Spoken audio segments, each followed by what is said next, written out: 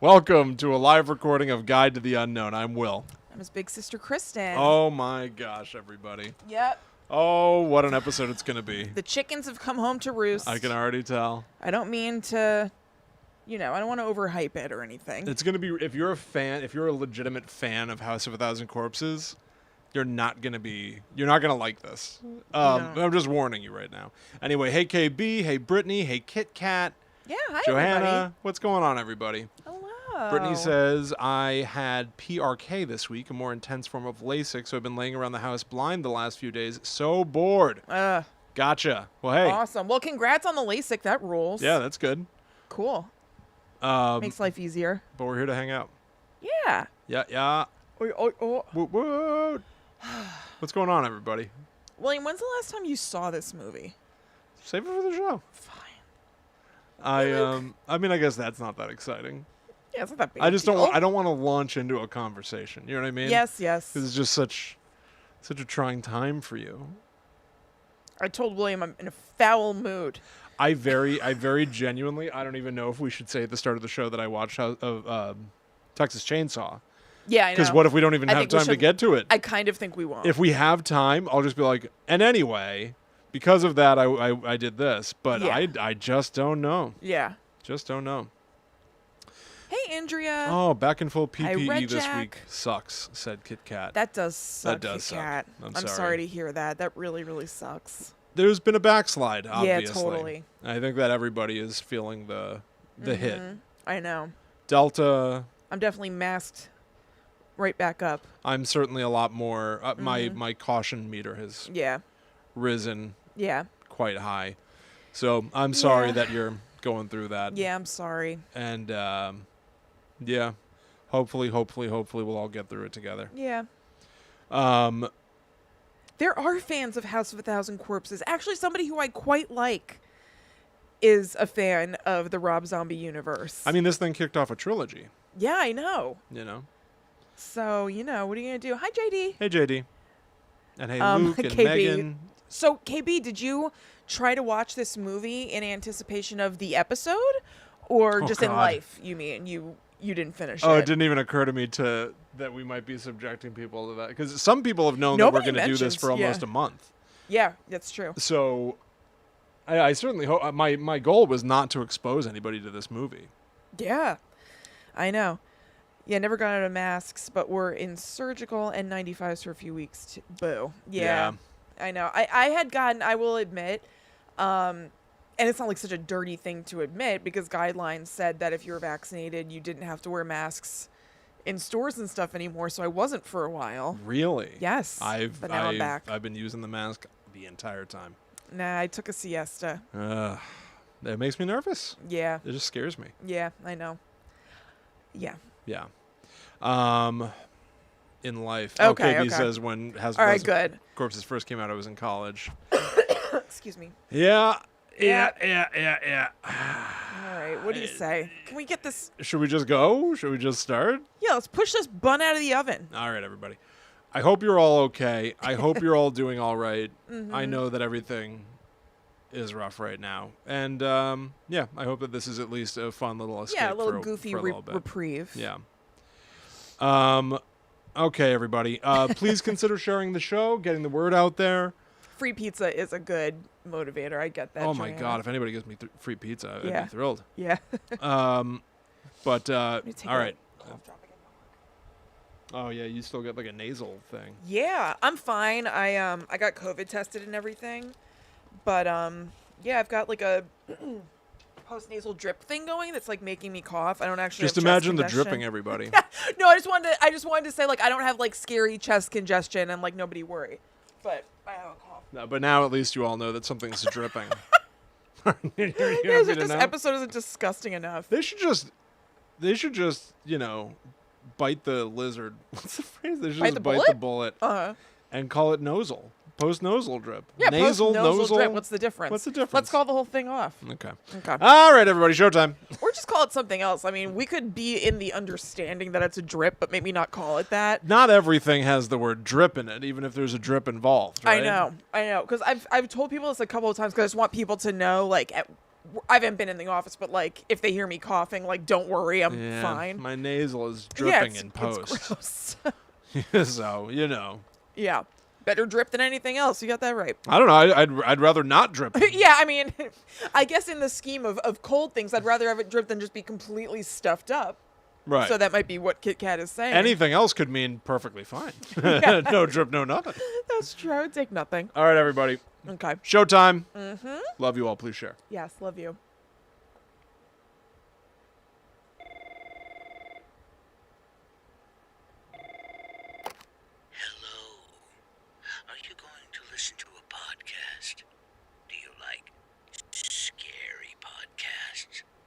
What's your favorite scary podcast? Well, it better be Guide to the Unknown. Hello, welcome to Guide to the Unknown. I'm Kristen. And I'm her little brother, William. And today I'm paying the piper. Mm-hmm. Yeah. I think we mentioned it at the end of last week's show. We revealed that when we did our Patreon episode this past month, and Will and I had like a horror trivia showdown, I was the loser. And the loser was to do an episode based on a topic of the winner's choosing, specifically designed to make the loser not happy. So basically, had Kristen won, and as we all know, because we're all here, she did not. She lost. I would have had to watch some of the Real Housewives episodes where they go to seances and stuff. And probably... It would have been great fun. People have been saying, oh, I still want that episode. Oh, well, then you should hope for a stronger champion. Because Kristen was defeated, and the topic I had chosen, and it took me about a millisecond to come up with it, was Kristen should have to watch the Rob Zombie classic, House of a Thousand Corpses, and discuss it with us. Tell us what it's about. Share her review. Yeah. And, well, we all know what happened. Kristen had to watch it. We all know what happened. Yes, I watched it. I watched it today. Uh-huh. I both wanted to come into this fresh and didn't want to watch the movie and kept putting it off. Yes. And I'm saying this genuinely. It has made me have a bad day. And I mean this. What time did you watch it? I watched it midday. Okay. And first of all, the watching of the movie was unpleasant. But also, I was trying to coax myself into enjoying this in some way. And I believe we spoke about this off mic or whatever, that I was going to try to maybe get some snacks. So at least like I'm having a nice sensory experience while having an awful one. Yes. So I got myself a pumpkin spice latte. Nice. Or whatever they call it from Dunkin' Donuts. Uh-huh. I got the large. I don't know that made me feel great. Is my point. I felt very sugary, if you know what I mean. Yes, I do. And so that didn't feel good in my body. Right. Then I'm watching this thing that also doesn't feel good in my body. It's just all bad, and I felt weird after that from the giant coffee, and like, God, God, I feel like it should come with like a warning or something. It's like an onslaught. It does. It's rated R. I mean, what else do you want them to do? Not every R-rated movie is such a like I was like being hammered by stimuli. It was way too much. It was loud. Yes. It was fast. Yeah. It was lots of colors and stuff. I'm an old woman. I don't want this. Yeah. Right. If you'll notice, people who are watching in the live, I have a different hair color today. Yeah, that's true. I wanted to do something to give myself a bit of a boost. Is that right? Yes. I was like, this day freaking sucks.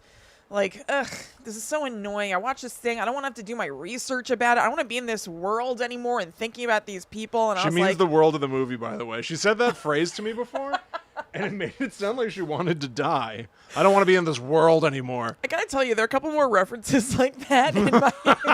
So just always know I mean the world of the movie. Yes. And I was like, all right, well, I kind of have to wash my hair anyway, and I bought this toner, and like maybe it'll be fun. And like, you know, for September and fall, I'll make it a little bit like orangey for the fall. I'm doing everything I can over here. Did it do anything to offset, or do you feel any better? Nah, no. It looks nice. Thank you. It's fine. So, man, I'm just so excited.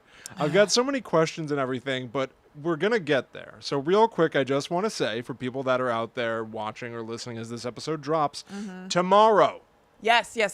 Saturday, September 4th, Kristen and I are going to be at the Showboat Casino in Atlantic City for the NJ HorrorCon 2021. Yep. Come by and say hello. We're going to have a little game for you to play. Yep.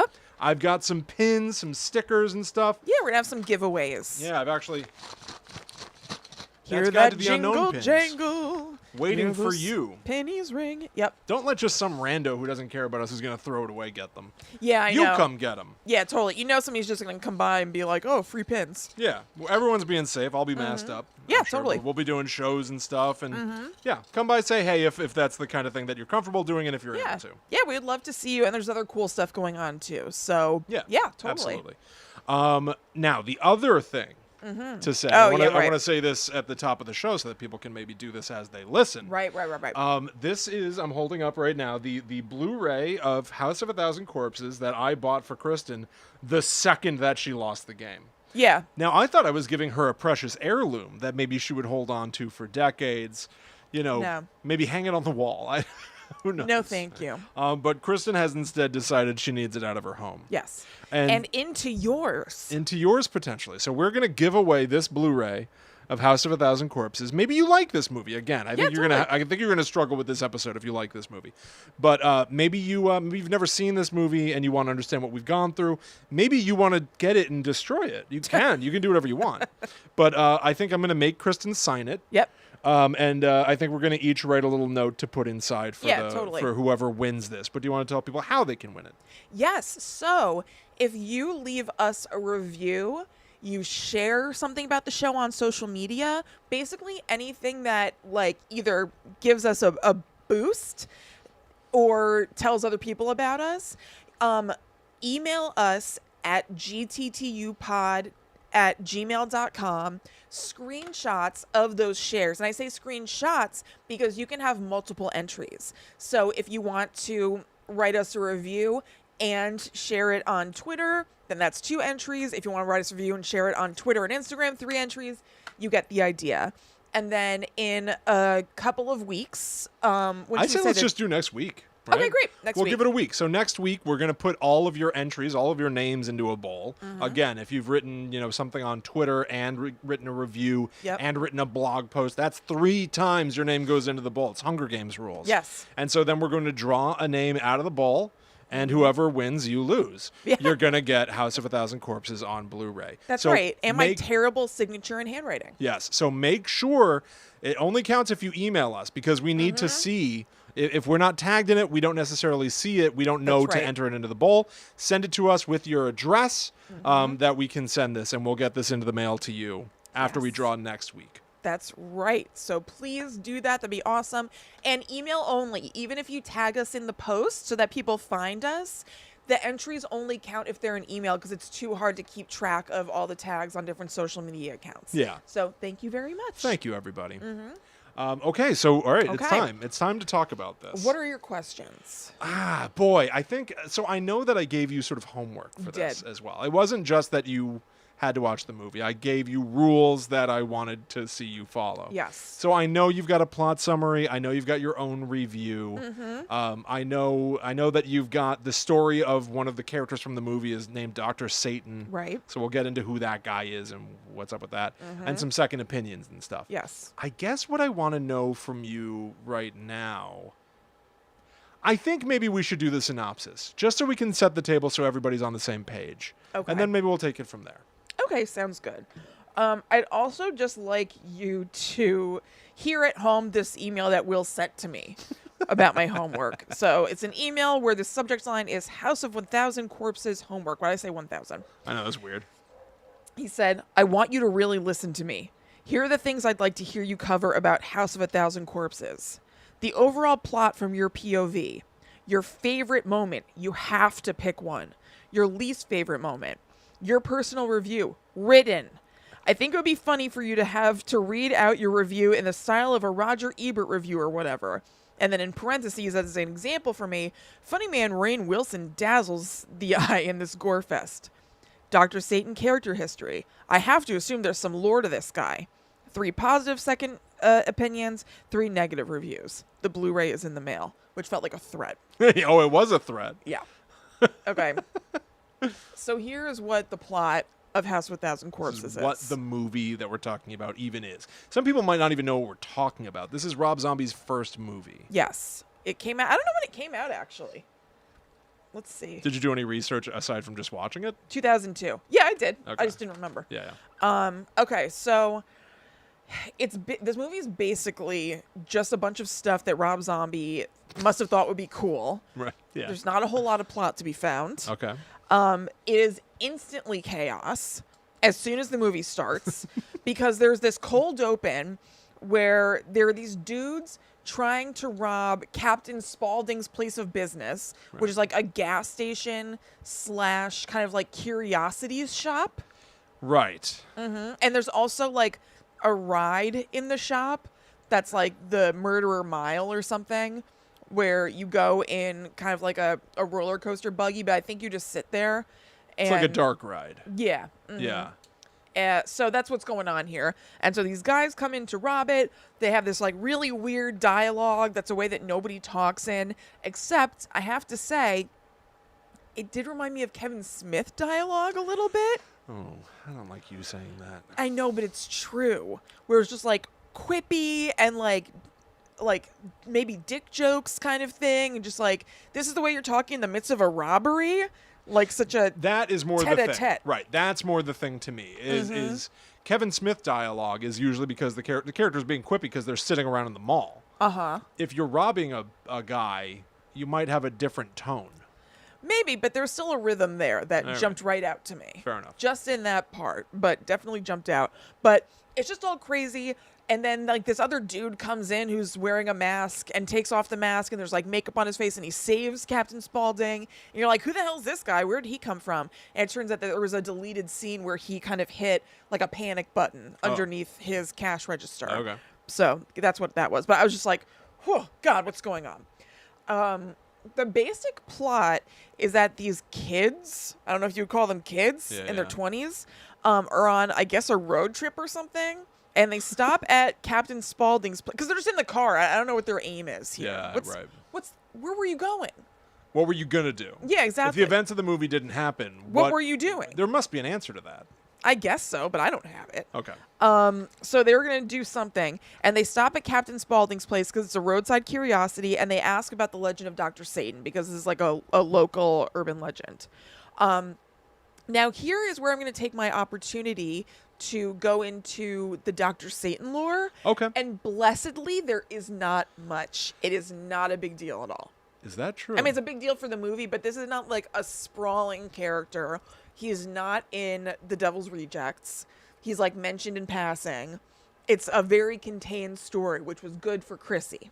But bad for this movie, right? No, I mean, look, nothing's Here, good. let in me this movie, maybe we should also do something here that I think would be beneficial and share our personal histories with this movie a little bit. Okay. Right? Sure. Because the reason that I asked you to look into the Dr. Satan lore, one, I can't stand the name Dr. Satan. Yes. And if it's not already clear, I assigned this movie to Kristen not because I like it. Oh, yeah. I assigned it to her because I really don't. And I know that she really doesn't either. And I thought it would be fun. Yeah. So... Not fun. Foul. Right. So Dr. Satan as a name, I knew he was supposed to be something of a boogeyman in this world. Like, be careful or Dr. Satan's going to get you, and I guess... He's not the biggest deal. Do something. He's definitely the final villain, but he's not the biggest deal. I mean, everybody else is doing crazy stuff the whole time. I can't tell you how uncreative I find the name Dr. Satan to be. There's no way that I can It doesn't bother me that much. I mean, I feel like a lot of like pulp comics and things like that would have like a short like Mr. Devil, Dr. Satan name to them. So it's not that weird to me. I guess it's just silly. Is it that he's Satan, but he's a doctor? No, he's just like a bad guy. It's just I would rather it be mundane and it be like Dr. Hauser. You know what I mean? Like I honestly, and then he's just a serial killer. Yeah. But like he's Dr. Satan. It's just so much. It just doesn't feel real. Like you think about the real boogeymen that exist, right? Yeah. Like the Jersey Devil is like basically just saying a place, and I guess that's Satan and devil is synonymous there, but I don't know, doctor. Well, it he's a feels doctor. It's just lame. Yeah, I he just is. think He it's is a lame. doctor. All right. It's designed to just sound cool, and I Yes. just don't think it does. But so I assume because in this movie they keep talking about Dr. Satan, and I've seen this movie, Right. and they do eventually, spoilers for the whole damn thing, obviously, but they eventually see Dr. Satan. Yeah. And then it's over, and there's really nothing to say about that, and it feels like I expected there to be something. Well, I mean, we'll get to like what happens with him. I mean, there is kind of something, but it's not whatever. Okay, so here's the deal with Dr. Satan and who he is. He is a bad guy who was doing experiments sometime in the past to try to create a race of superhumans. And so, taking advantage of the mentally ill to do experiments on them. He told everybody that it was always people who were on the brink of death anyway, so it's not like he was doing anything so wild or whatever. But the community did not care for it either way. So the story is that he was hung by a mob of angry townspeople, and they hung him from a tree, and they left him there to hang or whatever, and like came back in the morning and he wasn't there. Okay. It's like, where's Dr. Satan? He got away or whatever. So we do see him a little bit later, and I'll explain what's happening with him then, but just to give his stats and his history, he is quite old. He appears to have like mechanical arms or something and a stitched up mouth. Can't really talk. He's like, "Murr, murr, murr." And like I said, he doesn't appear in the Devil's Rejects, but he is kind of alluded to. So he's not really this like specter over the whole universe. So even that's weird. Why is his mouth sewn shut? I don't know. Right? Like, wouldn't you think you wouldn't want that to have that be the case? If you're a big evil dude that is like doing like killing people, and you're a big villain guy, and you're trying to talk, but your mouth is sewn shut. Right. Like, they're just like, I guess it's weird. I mean, but like, could it be maybe that he's supposed to be like insanely old? Like this happened a really long time ago, and for some reason, having his mouth sewn shut serves him in some way? maybe, but that's not. My point is like it's not established, so it just feels like with nothing to work on, with no context of the decisions being made, it feels like you've got a villain, but his mouth is sewn shut, but he's otherwise physically relatively capable in doing stuff. Yeah. Why is his mouth sewn shut? Would I you don't know. want him to be We able to hardly talk? ever spend Wouldn't any he want to time- be able to talk? We hardly spend any time with him. I think it's all a big. It's weird to me. It's a big bubba. Yeah. So, Chris Hardwick, who's in this movie, wants to go see the Dr. Satan tree, and Captain Spaulding gives him directions there. And so they're like driving there in the car, and it's pouring rain, and they see like a hottie out there who's hitchhiking, who they decide to pick up. So she's in the car, she's like being all annoying, a Cherry Moon zombie, and their car starts to act up. And so they are like, or no, she's like, okay, well, we're not that far away from my house. Why don't we just leave the car here? My brother will come check it out and fix it, and you guys can just wait in my house, and it'll be fine. And they're like, not thrilled about it, but like, fine. So they go to the house, and it's just like weird madness in there. It's the night before Halloween, and this family of like real characters is having, I guess, some sort of pageant for themselves. Okay. I don't really know why. It's all like very cluttered in there, and like things are really intense and naturally sexual in nature Of course. because it's a Rob Zombie movie. So they're in there and things are weird for a while. They like have dinner, and they tell them that everybody has to wear a mask during dinner. I will say, by the way, all of this to me is fine. I'm not enjoying myself, but I'm like, this isn't so bad. I mean, could it be that this is kind of just like a weird, like, maybe zany's not quite the right word, but like if it's just gonna be them like dealing with this weird house, like this isn't that bad, but it's not that. So, it does get worse, is what you're saying? yes, Okay. much worse. Because seriously, at this point, I was like, this isn't that bad. I love this. No, but I was like, I can kind of hang with this. Yeah, you know, it's not that bad, but it totally gets bad. So they, the brother comes in or something, and he's like, okay, the car's fixed, you guys can leave. And they're all like, thank God. So they go out to the car, and then they're like getting in the car, and then these people come out of nowhere with masks on and start beating the hell out of them and stuff. So I guess they just wanted them to like think they had the safety and then snatch it away or something. Okay. So they're all like beaten up, And then you kind of go to them like waking up in the house or whatever. And all of the weird family that was in the house, it's like a mom and kids and a grandpa or something. Like everybody who's not the mom and the grandpa are like torturing different members who were in the car in some way. They're all like, "Good morning," or whatever. And this is just a scary, like backwoods family who's got you and whatever. They're like into torturing. Some of the ways that they torture are things like pretending to give Chris Hardwick a haircut, but then scalping him instead. Oh, they pretend. Well, they do give him a haircut. She's like, he, like cutting his hair, and then she's like, he, and like scalps him. Oh, right. Is that Sherry Moon Zombie? Zombie is cracking up the whole time. But okay. Her name is Baby. Yeah. And she's got a little baby laugh. And it doesn't, I don't know. What? I was just going to say, it doesn't, her baby laugh is just very bad. Yeah. If I remember correctly, it's really her going like, hee, ha, ha, ha, ha, ha. Like she's saying hee and ha ha, which people don't do. Right. And it just doesn't sound real. Could be. And then there's like a guy who kind of looks like the guy in Rocky Horror with like the long stringy white hair. Riff Raff. Yes. Kind of looks like Riff Raff. He's doing bad stuff too. I believe it's him who turns Rainn Wilson into a Fiji mermaid. Right. And then shows it to Rainn Wilson's girlfriend, who's just kind of like chained up in the room or something to like torture her and be like, "Here's your boyfriend." And she's like, "No." Or now, whatever. a Fiji mermaid is typically it's been like in sideshows. Yeah. It's a monkey whose lower half is a fish. Right. And so this is something that people evidently actually made. They would pretend that it was an actual creature that was alive in that form, but obviously they took half of a monkey and sewed it to half of a fish. Right. So this was the moment when I first saw House of a Thousand Corpses, and already I had not been enjoying myself. The second they revealed Rainn Wilson as a Fiji mermaid, they call him Fish Boy. I could not have been more against the movie if I tried. Yeah. I didn't like the way it looked. No. It made me feel sick to my stomach, not in a good way. How did you ever feel sick to your stomach in a good way? Well, here's the thing. I do enjoy movies that sometimes do have like crazy, gory special effects and stuff where I'm like, whoa, like you can be grossed out and be in it for the ride. Yeah, I know. If you had said grossed out and not in a good way, it would make more sense to me. But sick to my stomach, not that way that I like to be sick to my stomach. Yeah, true. The good sick to your stomach, right? Yeah. You're right about that. But like, I how did you feel seeing that Fiji mermaid? I hated it. Yeah. I didn't like it at all. I was like, ugh, God, this is so gross and just like uncomfortable, unpleasant. Every you can think of. Yeah. Didn't like it at all.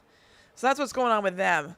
They're getting messed up. Now, there are other people there who are also in the house who are also being tortured, which is a group of cheerleaders who have gone missing from the local high school. Right. And so they're in some sort of like shed or something. And like, obviously, like they're naked and just like beat the hell up and stuff and like all bloody and whatever.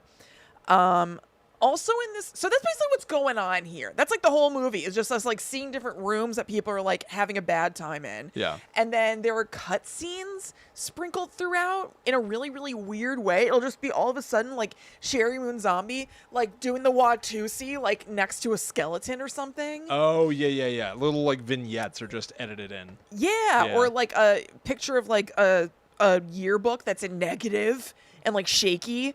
It's so weird. So anyway, so the cops are they've been looking for the missing cheerleaders. They're looking for the missing group of kids or whatever. And, they make their way to the farm. This family is called the Firefly family. So it's Firefly Farm. And the cops are ultimately bested by the Firefly family and killed. Okay. So then there is almost kind of a final girl who has found herself at one point in an underground maze of elderly men who I don't know. Dr. Satan, that's when Dr. Satan comes in. So she's in this maze of old men, and then she makes her way to Dr. Satan, who's like operating on Chris Hardwick, I think. And then like this other guy comes out who's a creation of Dr. Satan, who just has like a hole in the middle of his face. Like, I mean, it's a mouth-ish, but not really. And it's all gross. And she makes her way out of the underground and runs to the road. And luckily, Captain Spaulding is driving by right then, just the face you want to see to save Right. you. And so he lets her in the car, and he's going to take her to the hospital. But then that riffraff-looking guy pops up from the back seat and goes to stab her. And we end on like a freeze frame of him going to stab her. Okay. Well, great. Any questions? I guess I have a few comments and recollections. So Okay. one, the guy that you're describing as looking like Riff Raff from the Rocky Horror Picture Show is played by character actor Bill Moseley. Yes, people love him. Yeah, I honestly, I really, really enjoy his performance in Texas Chainsaw Massacre 2. A big Tobe Hooper fan. He must be. Tobe Hooper. Toby. Yeah, and so he, I think, is certainly like a major get for House of a Thousand Corpses because he legitimately comes from the movies that were plainly the inspiration for House of a Thousand Corpses. So I actually, if I remember, a dialogue aside, I think I'm not opposed to his performance in this movie. I know there was one moment where he makes everybody dress up like bunnies. Yes. And screams, "Run, rabbit, run!" like 20 times in a row. He does that. He also, when they're dressed up like bunnies, he has killed one of the girl's dads, and he's wearing his face like Hannibal Lecter and his chest. Okay. And he goes to make out with the girl. Oh. Ugh. Okay. I hate this movie. Yeah, I hate this movie too. So one of the next things, because think about Dr. Satan and that weird basement full of old men. Yeah. If I remember, that's bathed in like red light. Yes. I can't understand. Again, I know I'm harping on it. Dr. Satan as a character that's supposed to exist. Uh-huh. I don't know why he would be like, yeah, I want to operate in this room that's like violent red light. It's like in Seinfeld when like Chunky's Chicken or whatever moved in. Kenny Rogers Roasters. Yeah, Kenny Rogers Roasters moved in across the street and Kramer couldn't live in his apartment anymore. Yeah, totally. It's like that. Well, they're perverse, William. Who knows why they like to do what they like to do? I know, but you could use that as a blanket statement to make any horrible creative choice. Yeah, you could. It just That makes it. I honestly think it makes sense. See, I think it's a fine choice. I think it makes this world feel so artificial. Like I just can't believe that. That makes it artificial? Little things matter. You know what I mean? Like But what's the big deal? I don't know. I don't see the big deal about that. You love this movie. I guess, like, I don't know. I just don't think that. I guess here's really my vantage point. I think that Rob Zombie obviously has a love for like 70s and 80s horror movies that were genuinely grungy and had weird stylistic choices because they were made by people who didn't know what they were doing. Right? I don't know. Maybe. I think so. Texas Chainsaw Massacre, the original and the sequel especially, which obviously are the template for this movie because it's all about crazy families where every one of them is an individual, unique brand of lunatic. Like, those movies are so off-kilter and weird, but the fact that Rob Zombie's making a movie that's meant to feel like it's so off-kilter and weird just makes it feel a step removed and artificial, where I actually think, like, it'd be more interesting to see what it would be like to make a movie like Texas Chainsaw 1 and 2 with today's actual sensibility or filmmaking technique. And I think that because of that, Rob Zombie's impulse here was to just make a bunch of weirdos and have any excuse possible for it to look creepy and scary rather than making it look at all like a world that somebody might live in. Yeah. So that's why I say, and I realize that it's a weird thing to harp on, but Dr. Satan, just for no clear reason, being in a basement or underground or whatever. Yeah, underground. Bathed in red light, it's just like, well, I just don't believe that he would do that because most people don't do that. And serial killers are a thing that have existed before. Yeah, but most people and to my knowledge, they don't bathe themselves in red light all the time because that would be uncomfortable. Like there's no grounding in any reality. So the entire time I just feel sick like I'm in outer space floating with literally no gravity. But if there's no grounding in reality, I don't understand why you get hung up on individual pieces. I just accept, like, all right, this is all screwed up. I guess let me be clear. I'm not saying these are my only problems. I know, but I'm I saying just don't know why you everything's even a think problem, about it. Yeah. And even these little things. Yeah. Which you would hope that maybe a little thing might be normal somewhere. None of them are. No, nothing's None normal. of them are. No, so you Nothing just have is to normal. accept it. I still refuse to accept it. Nothing is normal. For the record, I won't accept it. Like, serial killers may not operate in red light, but they're also not trying to create a race of superhumans and sewing their mouths shut for some reason. Is that what's happening? Yeah. He's trying to make superhumans? Yes. By putting a man with a hole in his face? Yeah, I guess. I don't know for what purpose, but yeah, he's like trying to create like an ultimate human. See, now that's like that. Do you have more information like that? I said that before. But I'm saying, like, do you have any more information about, like, why? Why did he want No. to create? Okay. And there you go. That needs to be, that's context, right? Like, is it his worldview that having a hole in the middle of your face is for some reason beneficial? Is everybody in that underground? Bloop disgusting brown stuff out of it. Ew. Yeah. Is everybody in that underground, do they all have the same surgical deformities that he gave them? Or do they, I am assuming, they all have a variety of crazy stuff? I don't know, because there were also people who seemed like they were just like hanging out down there. There were like people who were just like reading magazines or something, like on couches. See, because he just thinks it's fun and weird. But what I think I at least respond to, and I have to assume other people would as well, I would love, with a huge asterisk, About to say. to at least go like, oh, and Dr. Satan's methodology was actually, because there's the legend, but here's what he was actually doing, which is far sicker. And we have some idea of it, but instead it's just, no, Rob Zombie just wanted to have a big hallway for somebody to run through. And it'd be cool if it looked red. And it would be cool if there were monsters. And it'd be even weirder and sicker if some people were just so chill with it that they sit in a chair. So there's like nothing to actually grab onto to go, oh, that's interesting. You just go, there's too much. There's so many things. There's so many choices made. Yeah. It's a choice factory with no logic for you to go, I see. You just are assaulted by a million decisions. I know. It's horrible. That's what I mean. And that's why it bothers me, because it gets down to, I know I'm nitpicking, but I'm saying, even down to the nitty-gritty detail that could have just been normal, it's not. Yeah. That's what I mean. Nothing is normal. Nothing is normal. Yeah. I feel we just have to accept this. It is a firing range of sensory experiences. Yes. I'm a gentle soul who doesn't like that much sensory stuff. And that's why I wanted you to see it. I'm a highly sensitive person. Now, you had seen this before, correct? No. You'd never seen this? No! You thought I've seen this before? I assumed you had, yeah. Why'd you assume that? Because I had. I don't know. No, I had never seen this before. Sometimes and then it was just happening. Right. Sometimes we would just put on movies. Yeah, I know. You know? But no, so, I've never seen this. Oh, my God. So that must have been an even ruder awakening, because I don't want to watch this, right? Right. But I at least know what I'm getting myself into if I did. You really had no idea. No.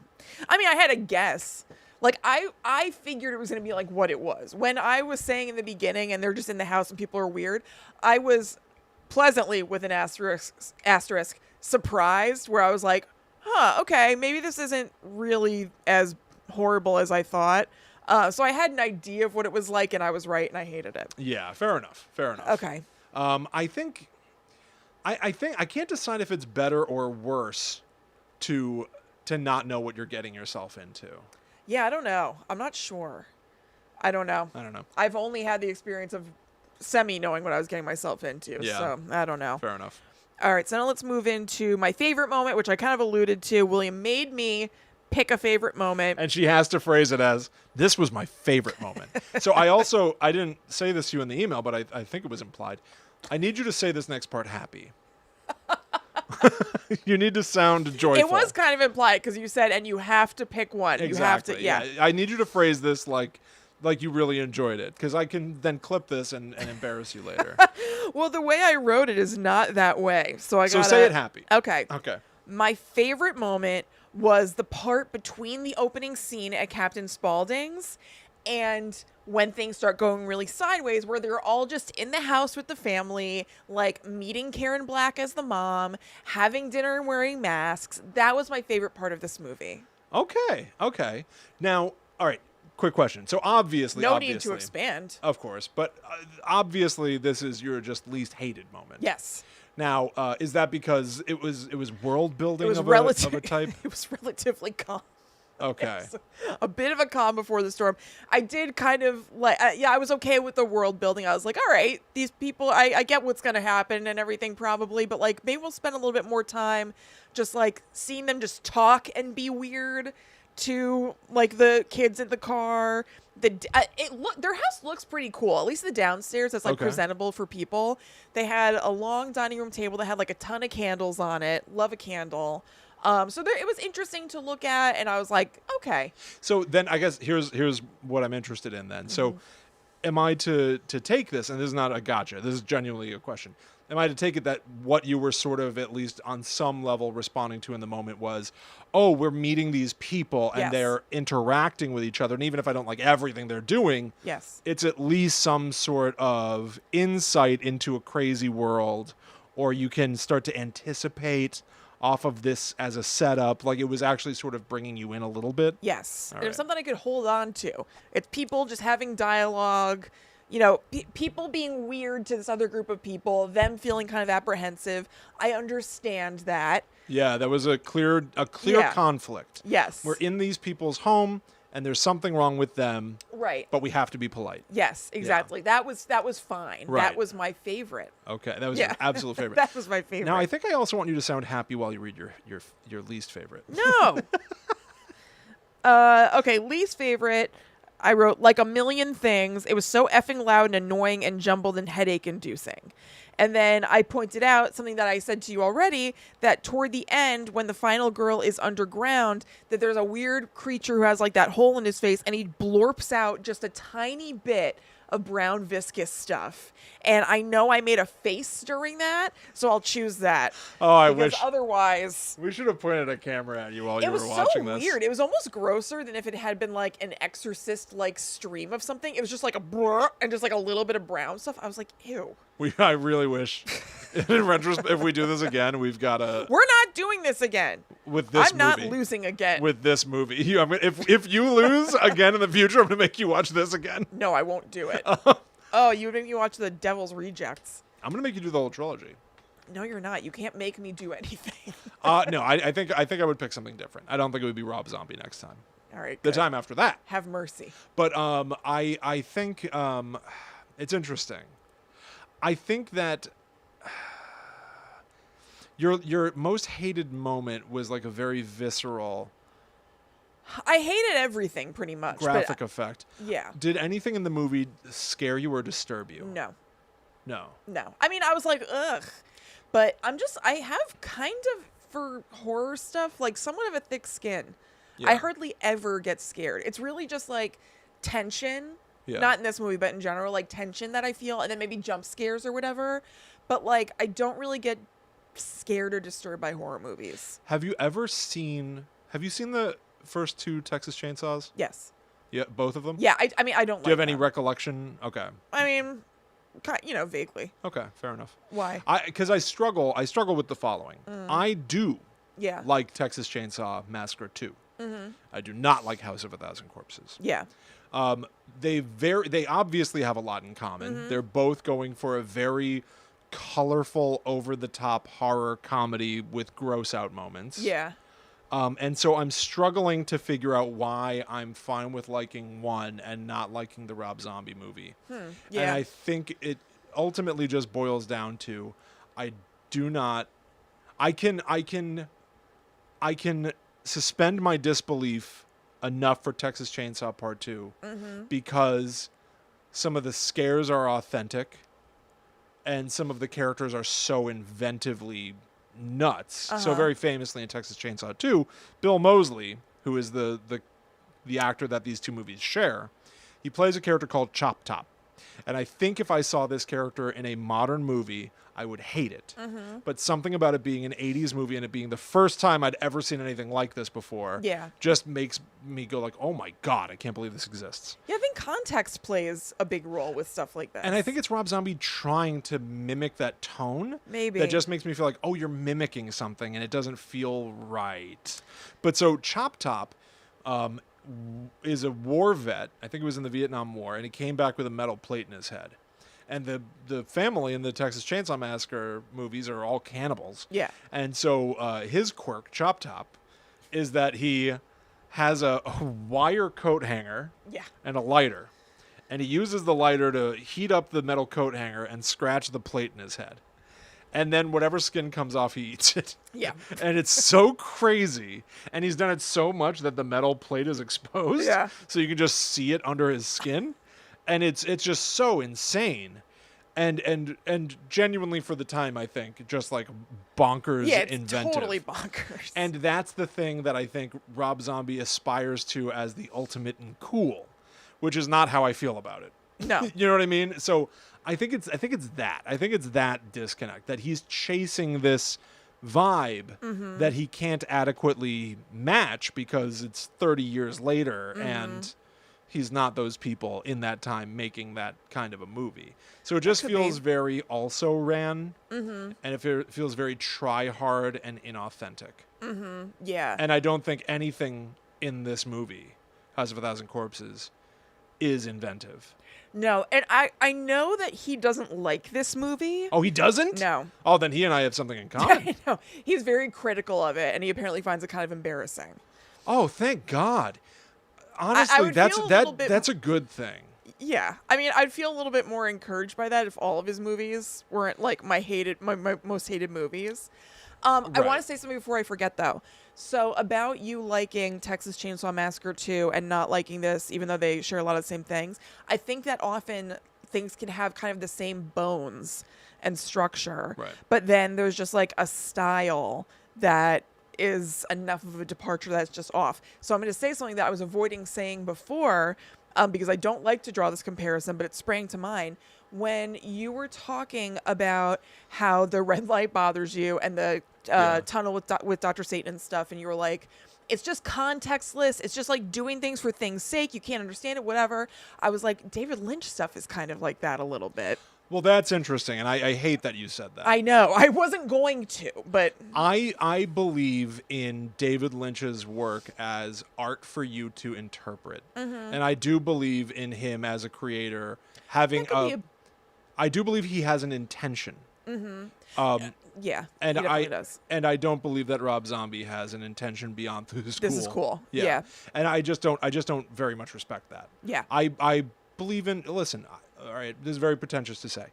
I'm a writer and I direct and I edit and I believe that you ideally should have a purpose driving each choice you make besides, well, because it's cool. So many things are just cool. But if you jam a movie full of all the things that you just think are cool, without having a backbone to it, or without being able to say, well, yes, he does the Run Rabbit Run scene where he dresses people up like bunnies and makes them run. That's really a commentary on, the most dangerous game. He doesn't have anything. He might say he has something to back up why that moment might be in the movie or something. But I don't believe him, and two, it's not in the film. Yeah. It just happens. And it's because it's cool and it's an image he thought of. Were David Lynch to do that, first of all, obviously I don't think he would do that. Second of all, but he did do he did this whole sitcom called Bunnies or something where it's just people dressed like rabbits and it's 45-minute long episodes, mostly with dead air. It's I don't believe that literally everything David Lynch has ever worked on is up at the level of... I think he does sometimes like to screw with. But that's not the all thing. the time. If his intention is to screw with you, that's an intention. It's still different, yeah. I don't think Rob Zombie's intention is to screw with you. I think he does it because he thinks it's cool. So I would rather... So again, it's context. Yeah, it's context. I would rather David Lynch try to annoy me. Yeah. And me feel annoyed. Yeah. Than watch Rob Zombie and think, I'm supposed to be impressed by this. This is cool. I just don't believe in it. Yeah. So that sort of is my answer. And I also think that David Lynch has certainly done things that he doesn't know the meaning behind. But I do believe in him as an artist going I don't know what it means, but it was in my head. Yeah, it was like in a dream. It's stuck in my head. Yeah. And so I believe in him trying to craft the thing he thought of. Yeah. And I don't believe in the craft of a House of a Thousand Corpses either. So there are a multitude of reasons why you are dead wrong, and I'm mad at you. I didn't say... I'm not dead wrong about anything. I said it sprang to mind that random images that you're like, why is this here, reminding me of David Lynch. That's literally all I said. Why am I so mad at you? I don't know. So here's the other thing. Get your pen out of my face. I'm mad. I've had a bad day. I had to watch this. I felt sugary. I compared Rob Zombie to David Lynch, whose work I love. I know. You have an adequate point, and here's why. Stop smacking things. So, Rob Zombie also made the Halloween reboots. Yes. He rebooted Halloween 1 and then H2. Yes. And in Halloween 2, inexplicably, Is it called H2? I think so. No? Really? I don't know. You could be right.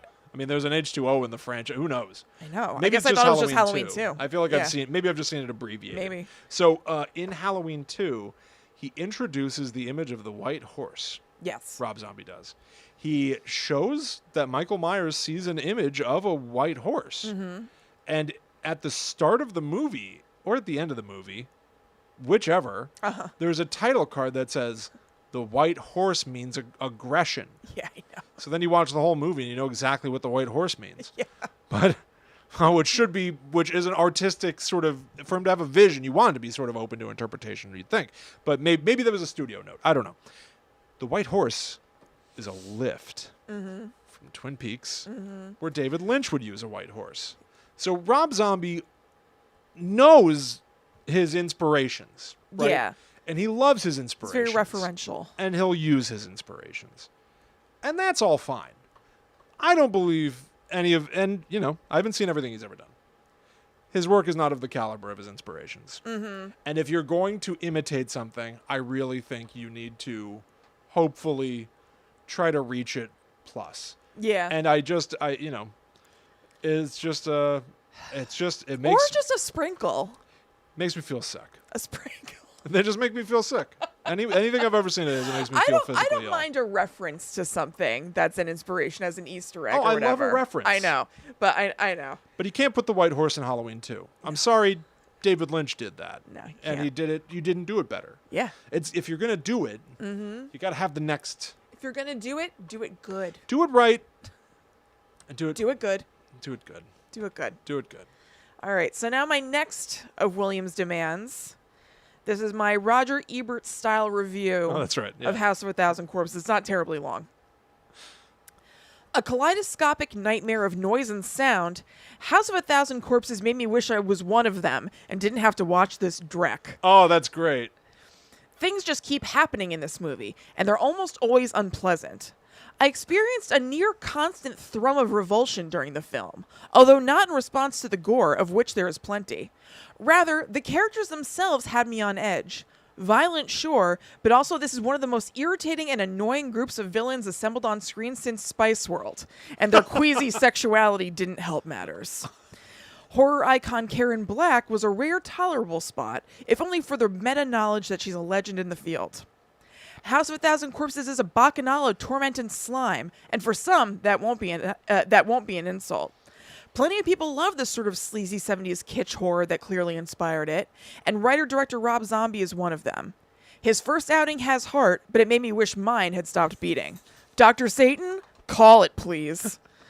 Kristen, wonderful. Thank you. That was. I really want to applaud that. Very, you. very genuinely. Thank you. You know that I wrote that piece of homework for you because I knew that you would crush it, and you did. you. That was absolutely wonderful. Oh, thank you. That was wonderful. I've Thank always you. loved your synopses. I've always loved your. I love your writing. Thank you very Fantastic. much. I Well love done. yours. I think you should post that somewhere. I think that Sure. should be on Letterboxd, right? Like I think. And like, can we take like a headshot of you looking like an Ebert sort of headshot or something? Can we just steal the 2 thumbs up and just make it your thing now? I just forgot. Can we re-W Kristen Ebert? Can we rebrand you on the internet? That was fun to do. Or Roger Kristen? There's something even worse, you know? Well, Kristen Rogers. Well, yeah, but you already had that. Yeah, that's over. It's It's done. over. It's done. Kristen Rogers Ebert. It's gone. It I burned. think Kristen Ebert. Yeah, Kristen Ebert is Yeah. the best Your one. new last name is Anderson, so I don't know. Yeah. You haven't brought that up once. Well, no, I only said Roger because of Rogers. I know. Or vice versa. I know. Yeah. Rogers Ebert. Yeah. So stupid. I know. Good God. Yeah. I mean, it stinks. I don't think he would have liked it. And Roger Ebert? Yeah. He was alive. 2002. Yeah, I guess you're right. Yeah. Yeah. Let me find. I'll Google it. Yeah, Let I me see wonder if he's he got had a review for it. I meant to somehow work in the dog of the week. Because remember, he would do that on the show. I don't think it was every single week, but like they would choose a movie that they didn't like, and they call it the dog of the week. And they had that dog, like Speck or something. That was one of their dogs. Come sit on their lap.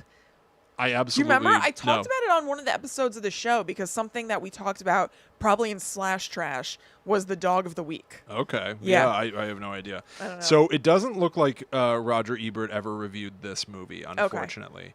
But he did give 3 stars to The Devil's Rejects. You know, I did keep coming, and the next thing we're going to hit are the Amazon reviews. I did keep coming across, and this is not me saying I want to watch it, but I kept coming across reviews of people saying, like, oh, this, like, The Devil's Rejects is so much better than this. Like, this movie sucks or whatever. So I guess it's a commonly held belief. Well, you used to have it in your home. Okay. For the millionth time, I rented it from Netflix on disc while we still lived at home together, and I watched it for like minutes and turned it off. Yeah. Never to be seen again. Right. So I didn't really have it in my home exactly, and then I had it in your home too, You had possession, which makes of it a problem. Yeah. Okay, so let me read you. Well, we'll end on a high note. I'll read you the bad reviews first. Okay. And then let's hear from some people Who like who it. enjoy the movie. Okay, that sounds good. So here are 3 bad reviews as requested by William. This one is from Natalie Slater. These are all on Amazon. They gave it 1 out of 5 stars. And the headline of the review is predictable and derivative. This is from 2019. I saw this in the theater and thought it was amateur hour. But recently, a lot of my friends whose opinions I respect started talking about how much they love this movie, so I gave it another shot. God. Rob Zombie is just not good at making movies. He should be. He likes cool movies, has a lot of cool stuff in his house, and yet this and every other movie I've seen of his is terrible. Just totally predictable, corny, and bad. Okay. All right. I don't disagree. He does have cool stuff in his house. Like, he's got, like, cool memorabilia, I think. But does possessing cool stuff mean No. you can make a movie? No, I agree that that he appeared has... to be their statement. I'm not holding you to that. I I'm saying know. that's what they said. He should be. He likes cool movies and has a lot of cool stuff in So his he house. should be good at directing That movies is what because he they're has saying. cool stuff in his house. Yeah. No, I don't think they're connected. Okay. But I think he does have cool stuff. Okay, this next one is from Vicky Justice. This is another 1 out of 5 stars, headline stupid. Then the review is simply dumb old ass movie. There you go. That's what Dumb I like. old ass movie. That's great. Okay, this one's from Dawn. 1 out of 5 stars, also stupid. This is pretty lame. ... I don't know, but I would not pay to watch it. SMH. Thank you for your review. I know. Thank you for your review. Okay, so now let's go to some positive reviews. Real quick, Yeah. what the hell is the point of Amazon reviews? Yeah, I was thinking the same thing. It's I like, was as you read that, like, what am I supposed to get out of this? I don't know, because also there were also a lot of reviews that were like arrived at a timely manner, was in wonderful condition, I whatever. know. So like, I think people both use it as like literally reviewing their purchase process, Yeah. but also as like a movie review site. Because if that person says they wouldn't pay for it, shaking my head, does that mean they just logged on to just review it? So, Like, did I they have no not idea. purchase it? I don't know. So, what's the point of these things, and what use do they have at all? Does the star system isn't even applicable? It doesn't tell you about the quality of the movie or the quality of the shipment necessarily, because it tells you both. Right. So you can't trust it. Right. So what are they there for? I don't know. Anyway, I'm happy to hear them. I don't know. It's a good question. Okay. First positive review is from Yodan Reynoso, and this is 5 out of 5. Insane and outstanding. This work of art keeps you glued to the tube. One thing after another again. I agree with you there. I couldn't agree more. Exactly. This movie is great and fantastic both. I like a movie packed with action, and this one delivers. Some people are wimps and say it was a little too gory, but it rocks to me. I want to make sure. I think this is very important to make clear. Okay. At no point did we ever say we don't like this movie because it's too gory or anything. No, I really didn't Because I think care. that this is I mean, one of it those. was gross, this but... is one of those movies that I think becomes sort of like a gatekeeping of horror fandom type thing, where it's like we're not shut down by this movie because it's so gruesome. No. You know what I mean? Like, I think that review is interesting because it's like, Yeah. that's not the problem a lot of people have. No. It's possible to not like this movie on the merits of the movie itself. Not at all. I mean, I didn't enjoy the gore because I just don't really like gore that much, but it wasn't the problem at all. So yeah, some people are wimps and say it was a little too gory, but it rocks to me. It was effing insane and outstanding. I love it. Great job, Rob. That's great. I think I really included it because of that. I think the like outline for this movie was probably also one thing after another after another. It is just that. There's no other plot. It's that they go to the house and then they're just like tortured for a long time. And that's even the cheerleaders is like, why even? I don't know. Body it's just count? like more people. Yeah, body count. Yeah. And why is it House of 1,000 Corpses? I guess I thought at one point that we would maybe like, I don't know, like in that movie A Haunting in Connecticut, like were we gonna like open the walls and there are like tons of but no. So it's like 9 people. Yeah. 11 with the cops. That's interesting. I don't know. Yeah. I did open the plot as Wikipedia has it. Uh-huh. So maybe I can get something out of that from there. But I will say it already did deviate from what you had described. What did it say? It didn't deviate, I should say. It did flesh out something that I was curious about. The people that are in the car, Rainn Wilson and Yeah. what's his name? Chris Hardwick. Chris Hardwick. They're in the car because they're driving around visiting roadside attractions because they want to write a book. Oh, okay. So there is I a don't remember that at reason. all. There is a reason why they began. Okay. Just saying. Gotcha. But I'll see if there's anything about 1,000 Corpses. It could maybe. just be a name that they thought. I think it probably is just a name. Right. But it made me expect that we were going to find out this is like it is a house of horrors, but that was like packed with corpses. Right. Did you mention that the words "the end?" appear on the screen? No, I didn't, but they do. Okay. Okay, so this next positive review is from Freya. 5 out of 5. Great start to an awesome series. If you're into slasher-style movies, then this is a great movie for you. It's got all the crazed slasher gore you're looking for with a nicely twisted storyline. That was why I chose this review. I liked that. It also reminded me of the wickedly talented Adele Yeah. Dazeem. A nicely twisted storyline. It also perfectly sets up the events of the next movie. Okay. It would. I guess. If you're going to make a second movie. Right. It's not like it was made after. But it's weird to be like the sequel. It's weird to go back and be like Ghostbusters is good because, hey, Really it sets up Ghostbusters too. Really sets you up for Ghostbusters too. And it's like, well, yeah, they made the second one after, so they knew where to start. Yeah, right. What do you mean? Freya is a defeatless optimism. And Damn it! What is the matter with me? What? An undefeated optimist. Freya is a defeatless optimism. Listen, you've had a rough day. But like, I think I don't want to hold these people their feet to the fire too much. Obviously, they just wrote a review. I'm just saying, I'm trying to interact with the language and understand it. Right. That's all we can do is interact with each other's language. Yes. Okay, so this final positive review, this is from an anonymous Amazon customer. Maybe they're like, I don't want anybody to know. I request to remain anonymous. I liked House of 1,000 Corpses. 5 out of 5 stars. Thank you, Rob Zombie. I love any movie that is quotable, and this little gem by Rob Zombie is just that, very quotable. I will say, I'm not looking to quote it, but it is very catchphrasy sometimes. Pretty much everything Captain Spaulding says, I feel like is probably like on a t-shirt. It was a good balance of scary and funny and doesn't have any slow spots to agonize through. Again, agree. Yeah, there's not a single slow spot. I was not bored. Yeah. I've watched many times and will continue to watch. Yeah, okay. Yeah. So there are people out there who like it, and that's great. Honestly, yes. I should also say everything that we're saying. If you love something great, there are movies that I love that you probably hate. Totally. Again, we got dinged in a review once because we talk about Scream too much. Yeah. So listen, your mileage may vary with anything. Absolutely. So if you love it, more power to you. I'm happy for people to love things. It's like totally fine. I really don't.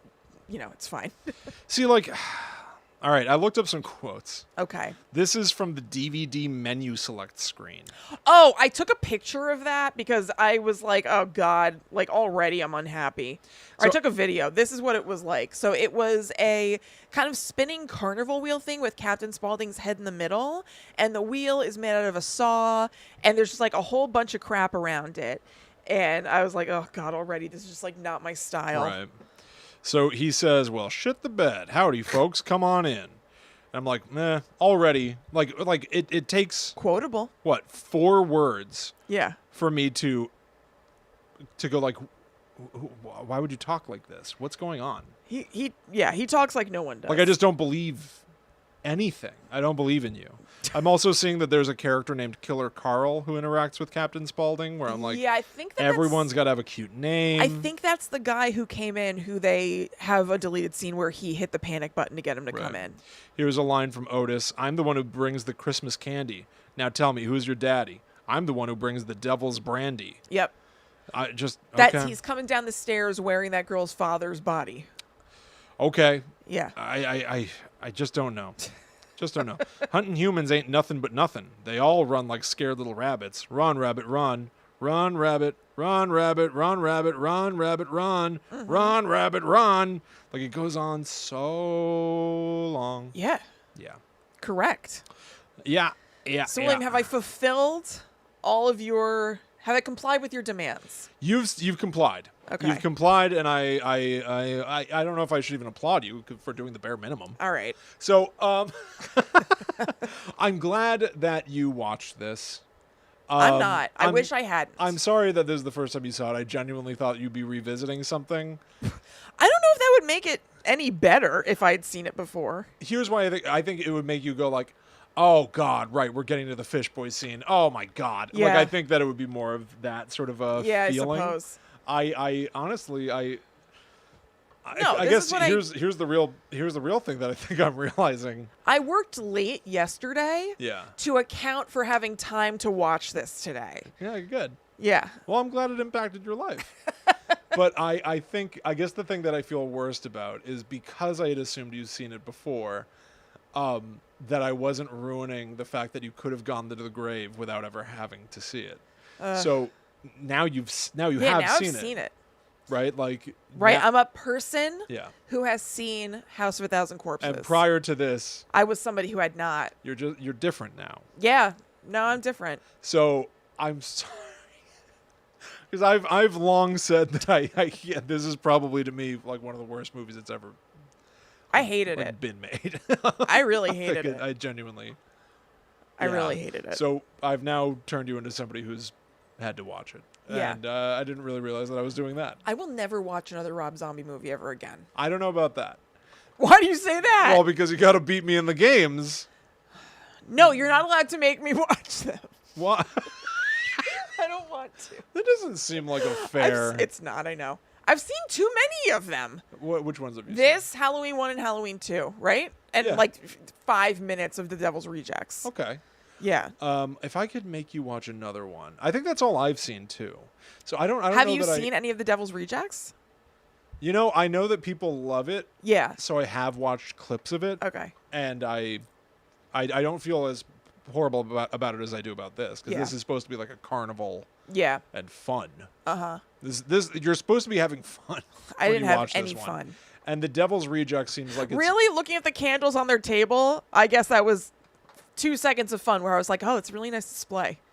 And that's fun for me. Right. That's like fun for, like a 2-month-old. Yeah. Like that's yeah, Zoe likes looking at lights. Right, yeah. exactly. Uh-huh. So I hope she never has to see this.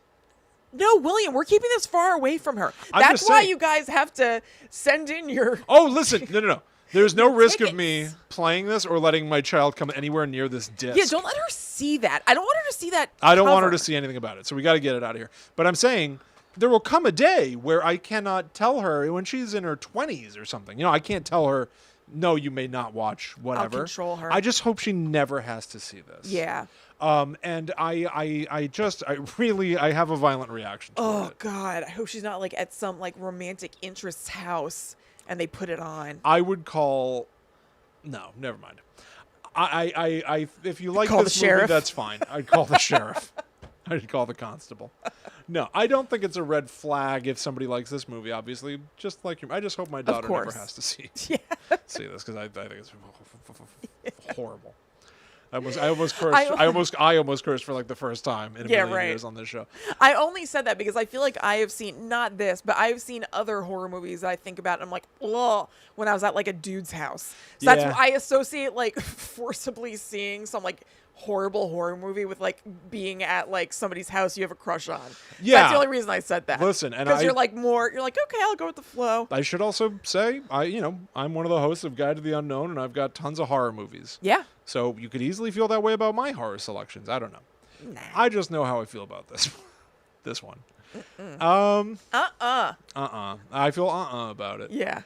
Did you dive into any of the special features? No, I did not. No, I didn't. I read all of the IMDb trivia. I did look all around for Dr. Satan lore in case I was missing something.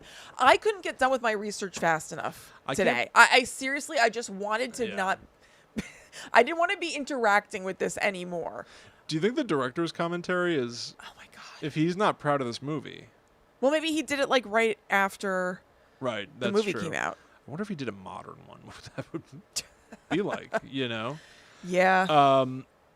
Oh, did you play the interactive game Zombietron, which is on this? No, disc? I read about that though, but no, I have didn't. no idea what that is. No, you're right. I did the bare minimum. Right. I was not trying to go above and beyond. No. What was assigned to me. I think that was the right. For the crime of losing that goddamn game. I know. I think that was the right choice from a self-preservation angle. Right. Well, everybody, there you go. Yeah. You could have this barely used disc. Yes, played once. Played exactly once. Mm-hmm. This could be in your house now. Yeah. You could own this. People are going to start deleting their reviews of Guide to the Unknown. Don't send it to me. I know. I'll sage it for you if you want. Yeah. Whatever you need. If you go out there and if you write a review of Guide to the Unknown on Apple Podcasts, on Podchaser, if you post about us on Twitter, Facebook, Instagram, you write a review, you write a blog post, you share it, you tweet it to somebody, let us know. Email your Guide to the Unknown submissions to gttupod@gmail.com along with your address. We will pick a winner in 1 week's time. I don't know if winner is the word, but we'll pick a recipient. Someone's name's coming out of that bowl. Yeah, right. And whoever it is, it's you. And remember, you get multiple entries for multiple things. Maybe you hate this movie, but you love The Taste of Danger. Ooh. Write 50 tweets. Yeah. Put the odds in your favor and then hope we don't pick your name. That's right. It can be a suspenseful thing for you all week. Oh, God, is this going to happen to me? There's a lot of fun to be had with this contest. And then you'll have a signed copy of House of a Thousand Corpses from somebody who has nothing to do with the movie. Correct. And inside will be a note from us. Yes. Thank you all so much for listening. Thank you, Kristen, for watching this. I'm, Thank you, William. It was a good game. You lost, but you lost honorably. So I shake your hand. Thank you. All right, everybody. All right. So hope you enjoyed. And if you would like to support the show, please go to patreon.com/gttupod. Thank you so much to all of our existing patrons. It's the biggest deal, and we really, really thank you. And so another way that we thank you when you become a patron at the $4 or more per month level is that we put out a bonus episode every month on the 13th that you get. Right now, there are 25 of them, so there's a nice big back catalog for you to check out. There's a Discord with other patrons in it who are so nice and are talking about cool stuff every single day. There are cool pictures in there, book, movies, TV suggestions, just chat. It's the nicest place. And we also do a live stream in the beginning of every month where we plan out the next month of shows, so you get to be in on that process and kind of know what's coming, which is neat. Yeah, absolutely. I think I'm interested to see if people have submissions for future things like this. If we were to, Kristen and I, compete again, and the loser has to do X for the show. Okay. Watch something, play something, research something that we don't want to do. Yeah. Submit stuff like that. Send that stuff to us. I want to see what kinds of topics you think would be rough. Yeah, I think that's the operative thing to stress. We'd like to see what you think. Oh, yeah. It's not a guarantee of anything. I should be very clear about this. Yeah. Send your suggestions to us at gttupod or gttupod@gmail.com. Yeah. I do think it would be fun to keep this going. And maybe the fun. last show of every month is something that one of us is not very happy about. I don't know. Yeah. I don't know. Yeah, it's kind of a good idea. Let's think about that. We'll sit on that. But email us your suggestions. And you're next. It doesn't alternate. You have to defeat me. No, we can't have every Patreon episode be that. Why not? Because maybe people will get bored of it. Kristen. They want to hear us do horror trivia every month. Maybe. I don't know what people want. How would you like to see us compete? gttupod@gmail.com. Okay. And I will never be bested by you again. I will always do my research. I will always come more prepared than you ever possibly could be. No. I'm tougher, faster. No. I can outrun you in a foot race. None of this. You did beat me in races in the pool.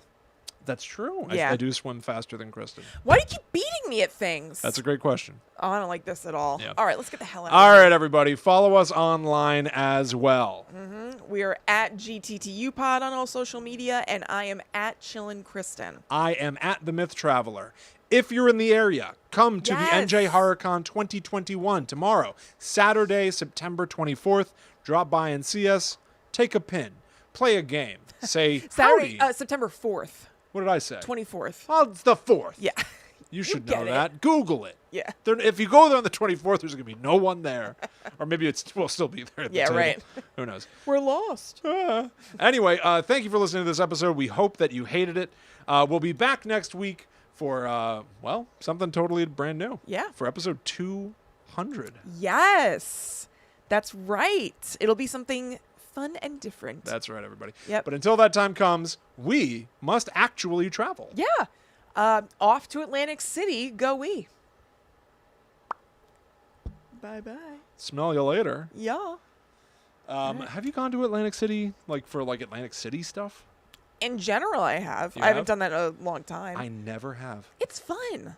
I think, I guess I'm sort of lying because we did go there for some. Allie reminded me about this. Okay. One of her friends Uh-huh. was dating a rapper, Okay. and he yelled at our driver and threw a shoe at the car and stuff. He just got so drunk. What? It was horrible. What do you mean? Were you in a limo and this happened? I think so. I can't even remember what the hell we were doing. Oh my God. It must have been for a wedding or something. It was sound fun. literally a decade plus ago. I don't know. But I think that was Atlantic City. And so, but I don't ever remember being in the casino. I've never done casino stuff. I've never played the slot machine or something like that. Boring. But no, Atlantic City, the hotels that I've been in, which is not a million, it's like a weird little city inside. It's fun. In the Tropicana, the ceiling is painted like the sky. Yeah. There are palm trees and stuff. There are a whole bunch of restaurants and shops and stuff. So Ryan and I have seriously gone. Ryan will do a little bit of gambling, but not much. And we just walk around, do stuff, Yeah. go back to the room, watch TV. It's really kind of just our normal life, but in a weird environment. See, now I do love an indoor spectacle. Yeah. I do love a bizarro Yeah, theme it's parkish very fun environment. to look at. That's fun. Yeah. That's interesting. And for to an me. overnight thing, Sure. it's only less than 2 hours away. Yep. And you feel like you're in a totally different weirdo place. Yep. So it's a very efficient vacation because you get that vacation feeling, but it's not that big a deal. Vacation all I ever wanted. Yeah, vacation have to get away. All right, everybody. Yeah.